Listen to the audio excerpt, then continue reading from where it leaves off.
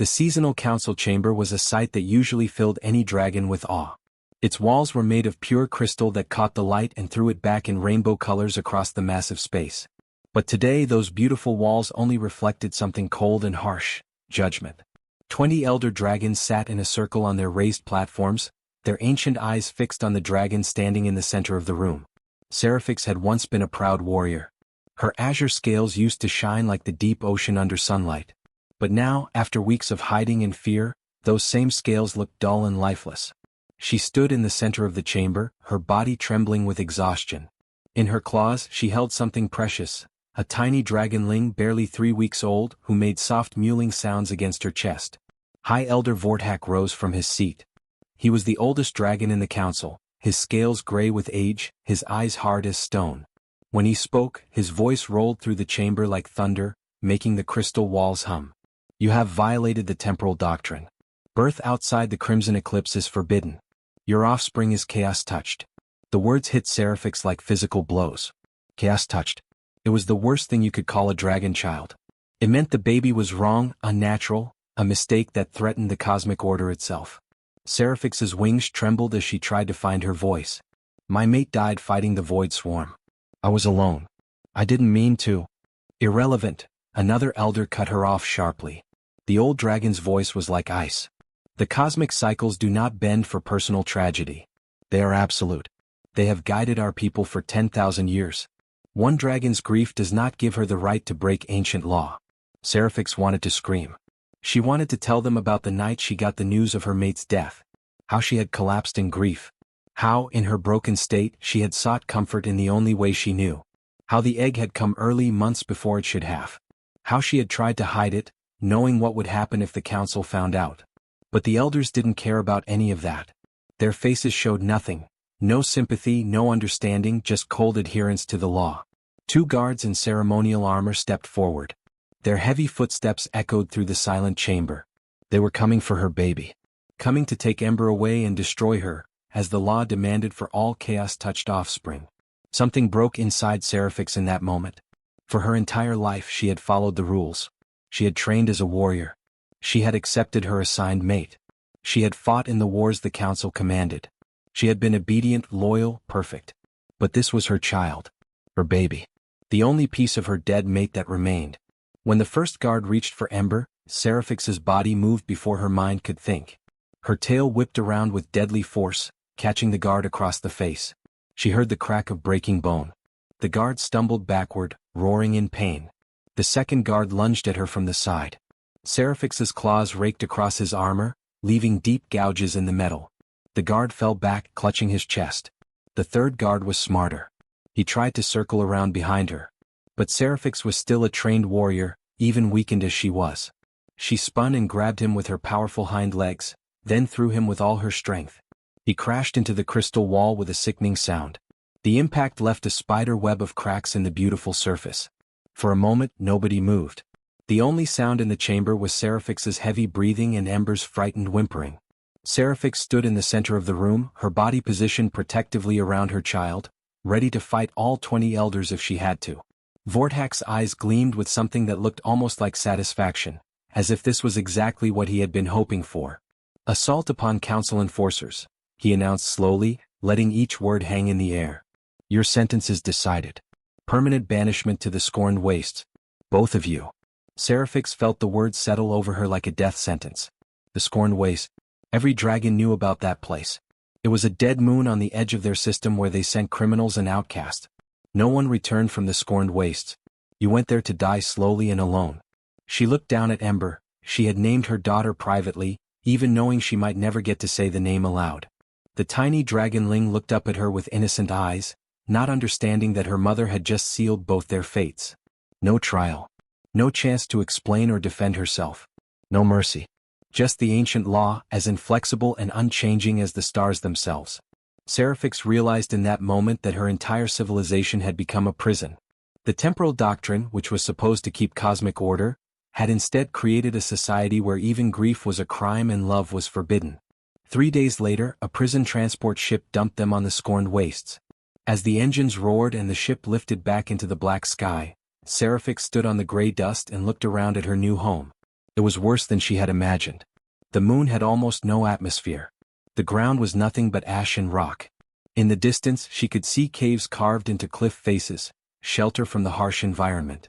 But what made her blood run cold was what littered the ground everywhere she looked. Bones. Thousands and thousands of bones. Dragon skeletons, some ancient and weathered, others still fresh enough that scraps of scale clung to them. Each set of bones represented a dragon who had committed the crime of being different, who had questioned, who had felt too much, who had loved the wrong person or at the wrong time. This was where her people sent anyone who didn't fit perfectly into their rigid system. This was where dragons came to die. She held Ember close to her chest, feeling the baby's heartbeat against her own. "We'll survive," she whispered, trying to sound confident. "Somehow we'll make it through this." But even as the words left her mouth, Seraphix knew she was lying. There was no surviving this place. It was designed for death. And sooner or later she and her precious daughter would just be two more sets of bones scattered across this gray wasteland. 6 cycles passed on the scorned wastes, and each one felt like dying a little more. In the beginning Seraphix had hope. She told herself they would adapt, that her warrior training would be enough to keep them alive. But this moon was designed to kill. The air was thin and toxic. The ground was lifeless ash. And the few creatures that somehow survived here were barely enough to sustain one dragon, let alone a mother and her growing child. Every morning Seraphix went hunting. She searched the sulfur vents that cracked through the gray landscape, looking for the crystalline scorpions that lived in the poisonous heat. They were ugly things, all sharp edges and clicking legs, and their meat tasted like ash mixed with bile. But it was food, and food meant another day of survival. She also hunted the sulfur worms that burrowed deep in the ground. To catch them, she had to dig through layers of razor-sharp rock until her claws bled. The worms themselves were barely worth the effort, each one no thicker than her claw, their bodies more gristle than meat. She would bring back 5 or 6 worms after hours of digging, and it still wasn't enough to fill Ember's belly. It was never enough. Ember was growing, but not in the right way. Young dragons should be getting bigger and stronger each day, their scales bright and shining, their wings developing power. But Ember was getting thinner instead. Her scales, which had once shown hints of the same beautiful azure as her mother's, were turning dull and gray like the ash around them. Her ribs started showing through her sides. Her wings hung limp, too weak to practice flying. Seraphix watched her daughter fade a little more each day, and the helplessness was worse than any physical pain. In the caves carved into the cliffs, Seraphix discovered they weren't alone. Dozens of other dragons lived here, scattered through the tunnel systems. Each one had their own story, their own crime, that had gotten them exiled. She met Nexar first, an old military strategist with silver scales. He had questioned the Council's war tactics during a campaign against the Void Swarm, suggesting there might be a better way to fight that would save dragon lives. For that, they labeled him a heretic and threw him here to die. Then there was Thilla, a female dragon not much older than Seraphix herself. She had been assigned a mate by the Council, as was tradition. But she didn't love him. She had fallen in love with someone else, someone not chosen for her. When she refused the arranged mating, they exiled her for breaking social order. Corvin's story was the one that broke Seraphix's heart the most. He had been a decorated warrior, loyal and obedient his entire life. But when his sister died in battle, he had wept. He had shown grief. Emotion was forbidden among the warrior class. It was considered a weakness, a flaw in the cosmic order. They exiled him for having feelings. One evening, as they shared a meager meal of scorpion meat, Thilla spoke the truth that everyone already knew but nobody said aloud. They exile anyone who thinks differently. The temporal doctrine isn't about cosmic order or keeping balance in the universe. It's about control. It's about making sure nobody questions the Elder's power. Seraphix had spent her whole life believing in the temporal doctrine, trusting that the ancient laws kept their civilization strong. But looking around at these good dragons who had been thrown away like garbage, she realized Thilla was right. This wasn't justice. This was tyranny wrapped in religious tradition. She refused to give up. Using scraps of metal from old escape pods, previous exiles had tried and failed to leave this moon. Seraphix built crude signal beacons. She climbed to the highest peaks, where the thin atmosphere made her dizzy and weak, and placed the beacons there. They sent out distress signals on every frequency she could manage. And then she watched the sky. Ships passed overhead regularly. Their engines glinted like moving stars against the black. Sometimes they were cargo vessels. Sometimes military ships. Once, she even saw a medical transport with its distinctive red markings. She activated her beacons every time. She roared at the sky. She pleaded with the universe to send someone, anyone who might help. But none of them stopped. Not a single one. Council law was clear. Contact with exiles was forbidden. To help them, to even acknowledge their existence, meant you would join them in exile. So the ships flew past, their pilots carefully avoiding eye contact with the dead moon below, pretending the desperate dragons didn't exist. By the 40th day, Ember's condition became critical. The starvation sickness had set in, and Seraphix recognized the signs from her military training. Her daughter's breathing became labored, each breath a struggle. Ember's body could no longer regulate its own temperature. She shivered constantly, even when Seraphix wrapped her in her own wings to share warmth. Her eyes, once bright with childhood curiosity, had become dull and distant. On the 43rd day during a flying lesson, Ember collapsed. Seraphix had been trying to teach her daughter to glide, hoping that stronger wings might help her hunt. Ember had flapped weakly, lifted a few feet off the ground and then simply dropped. She hit the ash-covered ground and didn't get up. Seraphix's heart stopped. She rushed to her daughter's side, gathering the tiny body in her claws. Ember was still breathing but barely. Her chest rose and fell in shallow, irregular patterns. She carried Ember back to their cave and laid her on the smoothest stone she could find, trying to make her daughter comfortable. Ember's eyes were half closed, looking at nothing. Her breathing was so shallow that Seraphix had to put her ear close to be sure her child was still alive. The other exiles gathered at the cave entrance. They said nothing. What was there to say?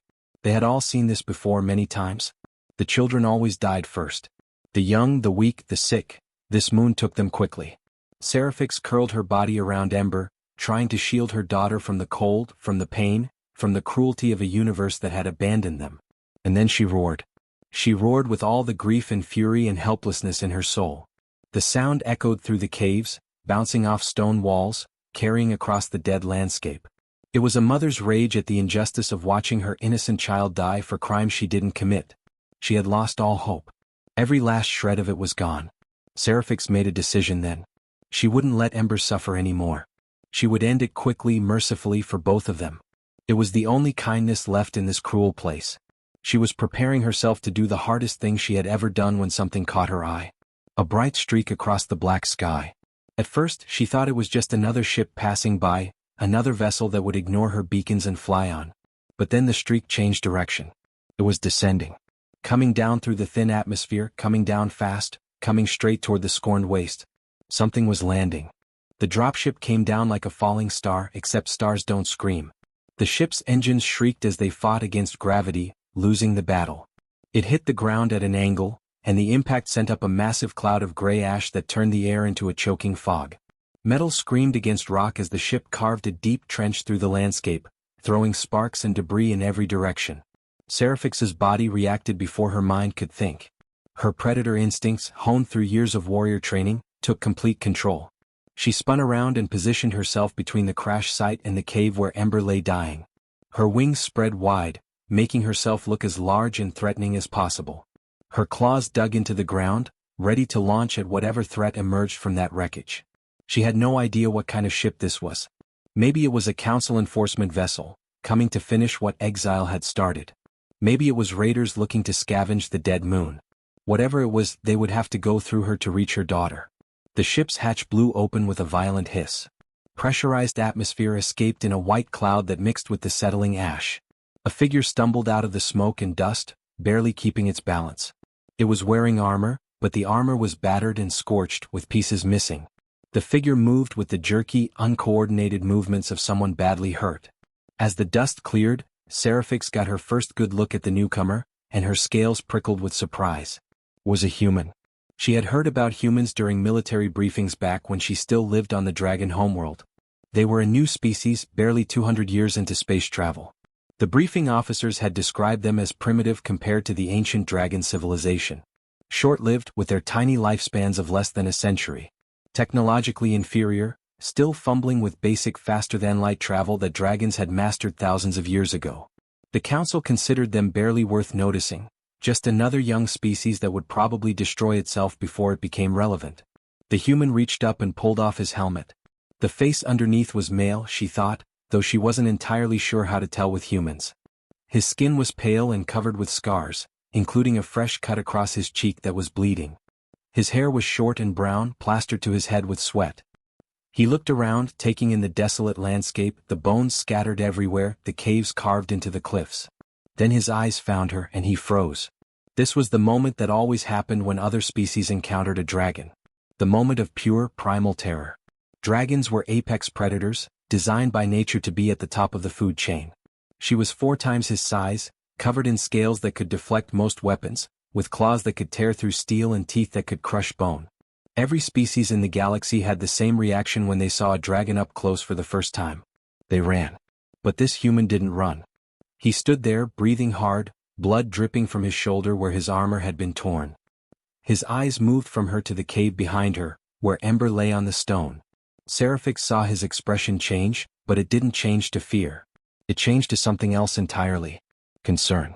Slowly, carefully, the human raised both his hands and held them out with his palms facing her.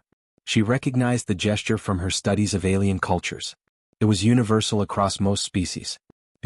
No threat. No weapons. Then he did something that made absolutely no sense. He reached down to his belt and opened a container attached there. He pulled out equipment. Medical equipment, she realized. A scanner. Injection devices. Bandages. He took a step toward Ember. Seraphix's growl came from deep in her chest, a sound that made the very ground vibrate. It was a warning that every creature understood instinctively: come closer and die.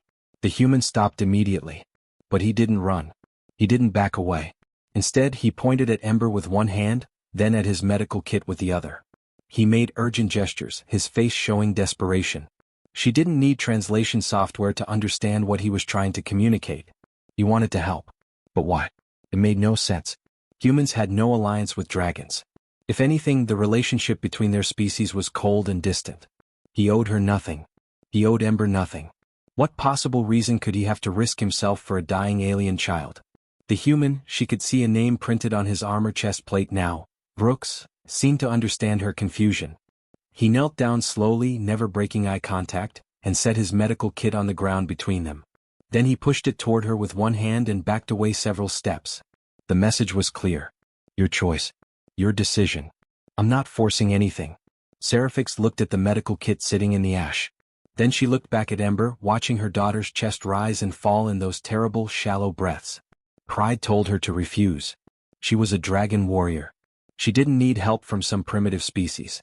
She didn't need charity from a human who probably couldn't even understand dragon physiology. But desperation was louder than pride. And desperation won. She stepped aside. Brooks moved immediately, but not with the rushed movements of panic. He moved with the calm efficiency of someone trained for this. He grabbed his medical kit and went straight to Ember's side, pulling out a scanning device that hummed as he passed it over her small body. He studied the readouts on the screen, his face growing more serious. Then he started working. His hands moved quickly but carefully, pulling out injections from his kit. He administered something into Ember's shoulder. Medicine meant for humans, not dragons, but apparently similar enough that it might work. Within seconds, Seraphix saw her daughter's breathing ease slightly, becoming less labored. Brooks opened packages of food, his own rations, supplies meant to keep him alive. He broke them into smaller pieces and placed them near Ember's mouth, trying to coax the dragonling to eat. He pulled out a water container and dribbled small amounts into her mouth. For 3 hours, this human worked without stopping. He gave Ember medications from his emergency supply. He shared his food and water. He pulled out his own emergency thermal blanket, the kind designed to keep injured soldiers warm, and wrapped it around Ember's small body to help regulate her temperature. And all the while, Seraphix noticed something she had missed before. His armor was leaking coolant from a crack in the side, the liquid pooling on the cave floor. Blood was seeping through bandages on his shoulder, the red stain growing larger. He was wounded. Possibly badly wounded. He might be dying himself on this hostile moon. And his first action, before treating his own injuries, before checking his crashed ship, before even trying to call for rescue, was to save an alien child. The concept was so foreign to dragon culture that Seraphix could barely process it. In dragon society, resources went to the strong. The weak were left behind because that was the natural order. Self-preservation came first, always. What this human was doing went against every survival instinct that made sense. As dawn broke over the scorned wastes, painting the gray landscape in shades of pale light, Ember's eyes opened. Not the half-conscious, distant look she'd had before. Truly opened. Alert. Aware. She made a small chirping sound, and Seraphix's hearts nearly stopped because she recognized that sound. It was hunger. Not pain. Hunger. Brooks sat back against the cave wall, his body sagging with exhaustion. His face was pale from blood loss, his hands were shaking, but he was smiling. He looked at Seraphix and gave a small nod. She stared at this strange, small creature who had crashed on a dead moon and chosen to save her dying child before saving himself. And for the first time in 6 cycles, Seraphix felt something she thought was gone forever. Oh. Over the next 5 days, Brooks did something remarkable. He split his time between 2 seemingly impossible tasks: repairing his damaged communications array and helping the entire exile colony survive. Most people would have focused only on their own rescue, but not this human. He taught Seraphix things she never would have figured out on her own. He showed her which of his military ration packs could be safely adapted for dragon digestion. Some made Ember sick, but others provided nutrients she desperately needed. He demonstrated how to set traps for the crystalline scorpions using tension springs and bait, making hunting far more efficient than her exhausting daily searches through the sulfur vents. Most impressively, he built a water reclamation system using parts from his ship's damaged life support.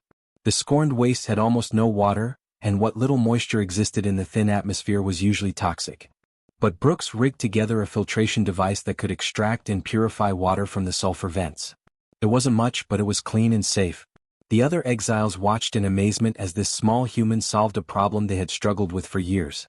His translation software was crude and glitchy, often spitting out words in the wrong order or using strange phrases. But it was enough for basic communication, enough for them to actually talk to each other instead of just guessing at meanings. On the 3rd day, Seraphix watched him break open one of his last ration packs and share most of it with Ember. The dragonling was recovering well, her scales starting to show hints of their natural color again. But Brooks's own supplies were running dangerously low. She could see him getting thinner, moving slower. Why help us? The question came out before she could stop it. Brooks looked up from his work on the communications array. His hands were covered in grease and his face was smudged with ash, but his eyes were clear. Because you need help. The simplicity of his answer confused her. But we are not your kind. We are not your responsibility. You owe us nothing. He was quiet for a long moment, his hands still working on the tangle of wires in front of him. When he finally spoke, his voice was soft. On my world we have a saying. I am my brother's keeper. It means that everyone is our responsibility. Everyone. Not just our family or our species or our allies. Everyone who needs help. Seraphix couldn't wrap her mind around the concept. In dragon culture, you protected your clan and your bloodline. That was where loyalty ended. Everyone else was either a competitor for resources or simply irrelevant to your survival. The idea that you would be responsible for complete strangers, especially strangers of a different species, made no logical sense.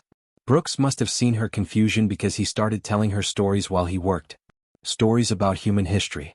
He told her about wars fought against tyranny, about people who sacrificed everything to free others from oppression. He spoke about revolutions born from suffering, about slaves who rose up against their masters, about ordinary people who risked their lives to hide refugees from genocidal regimes. He told her about humanity's long, bloody struggle to recognize that all beings deserve dignity, freedom, and the right to choose their own path. His voice carried both pride and shame as he described his species' journey. We're not perfect, Brooks admitted, pausing to wipe sweat from his forehead. We've done terrible things to each other throughout our history. We've had slavery, genocide, wars over stupid reasons. We've been cruel and selfish and short-sighted. He looked directly at her. But we learned. We're still learning. That's what makes us human. We see suffering and we can't look away. Even when it would be easier. Even when it would be smarter. We just can't ignore it. But perhaps the most shocking thing Brooks did was introduce Ember to something dragons never experienced. Play. He fashioned a ball from salvaged foam padding and pieces of his ship's interior lining. It was crude and lopsided, but it rolled. He sat on the cave floor and rolled it toward Ember. The young dragonling looked at it in confusion at first, not understanding what she was supposed to do. Go on, Brooks encouraged, rolling it again. Chase it. And Ember did. She pounced on it with her small claws, then batted it away with her tail. It rolled across the cave floor and she chased after it, making happy chirping sounds. Soon she was playing with genuine enthusiasm, the kind of pure joy that only children can have.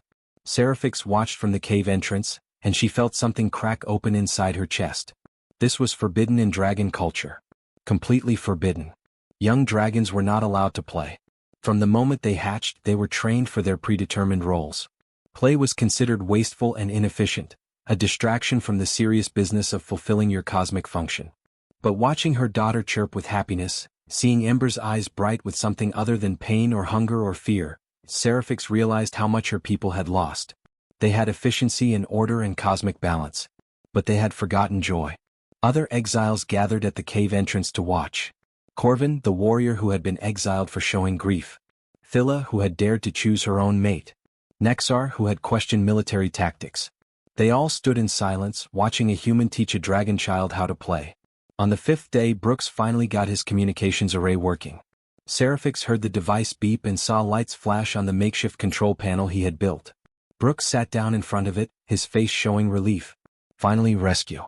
But as he read through the incoming messages, his expression changed. The relief drained away, replaced by something darker. His jaw tightened. His hands clenched into fists. "What is wrong?" Seraphix asked, moving closer. Brooks stared at the screen for a long time before answering. 3 Terran medical frigates tore through the fabric of space at the edge of the scorned waste system. Their faster-than-light drives disengaged with brilliant flashes of blue light, and suddenly they were there, real and solid in the darkness. The ships were painted white with red crosses, the universal symbol for medical assistance that humans had carried with them into space. Within minutes, the Dragon battle fleet appeared. 12 massive warships materialized from their own jump points, surrounding the human vessels. The Dragon ships were ancient and powerful, their hulls decorated with centuries of battle honors. They dwarfed the human frigates, each one easily 3 times the size. The standoff began. 6 hours of tense silence with weapons charged and shields raised, neither side making the first move. Seraphix watched from the surface of the scorned wastes, her eyes fixed on the lights in the sky. Brooks had given her access to his communications array so she could hear everything. The other exiles gathered around, dozens of dragons crowding into the cave to listen. This was the first time in their exile that anyone had come for them. The first time anyone had cared. The human fleet commander's voice came through the speakers. Admiral Katie Walsh. Seraphix had learned to recognize the title from Brooks's explanations. The woman's voice was steady and clear, without the aggressive posturing that dragon military commanders always used. "This is Admiral Walsh of the Terran Expeditionary Fleet. We are broadcasting on all open channels." And then she did something that changed everything. She started transmitting Brooks's recordings. Video footage appeared on screens across the Dragon homeworld, bypassing the Council's censorship systems through a clever trick of human technology. Ordinary dragons who had never questioned their government suddenly saw images they were never meant to see. The bones. Thousands of skeletal remains scattered across a dead moon. The footage showed them in stark detail, the small skeletons of children mixed with the larger ones, all discarded like trash. The suffering. Close-up recordings of emaciated dragons, their scales dull, their eyes hollow. Ember before Brooks had saved her, barely breathing, moments from death. The stories. Brooks had interviewed the exiles, recording their crimes. Nexar, explaining how he had questioned a military strategy that would have saved lives. Phila, describing her exile for refusing an arranged marriage. Corvin, his voice breaking as he told how showing grief for his dead sister had been enough to destroy his life. The broadcast reached every communication device on the Dragon homeworld. Young dragons watched it on their personal screens. Families saw it in their homes. Even military barracks and government buildings couldn't block the signal. Public opinion didn't just shift. It exploded. The communication networks lit up with millions of messages. Young dragons, who had grown up accepting the temporal doctrine without question, suddenly started asking questions that had been forbidden their entire lives. How many dragons had been exiled? Where were the records? Why were these laws considered absolute? Who decided that showing emotion was a crime? Who gave the council the right to throw away lives for such small offenses? The seasonal council's response was immediate and furious. High Elder Vorthax's face appeared on every screen, his ancient features twisted with rage. His voice thundered with the authority of 10,000 years of tradition. "These humans dare interfere with our internal affairs. They have no authority here. They have no right to question our laws. They will face the full might of dragon military power if they do not withdraw immediately." But Admiral Walsh's response was calm, almost gentle. It was the kind of voice a teacher might use with a stubborn child. "We're not here to invade your territory. We're not here to conquer your worlds or challenge your authority. We're here to offer a choice. Nothing more. Any dragon on that moon who wishes to remain under your laws can return home. We won't stop them. Any who wish to leave can claim asylum in human territory. The choice is theirs, not ours, and certainly not yours. Vortak's voice became even more enraged. They are exiles. They have no rights. They violated sacred law. They're people. Walsh's voice remained steady. And people always have rights. That's not negotiable. The standoff continued. Seraphix could see the tactical situation from the data Brooks's array was receiving. The dragon fleet outnumbered the human ships 3-1. Dragon vessels had heavier weapons, stronger shields, more experienced crews. By every logical calculation, if shooting started, the humans would lose. But the humans didn't budge. They held their position, forming a protective screen around the scorned wastes. Their weapons stayed powered but not aimed.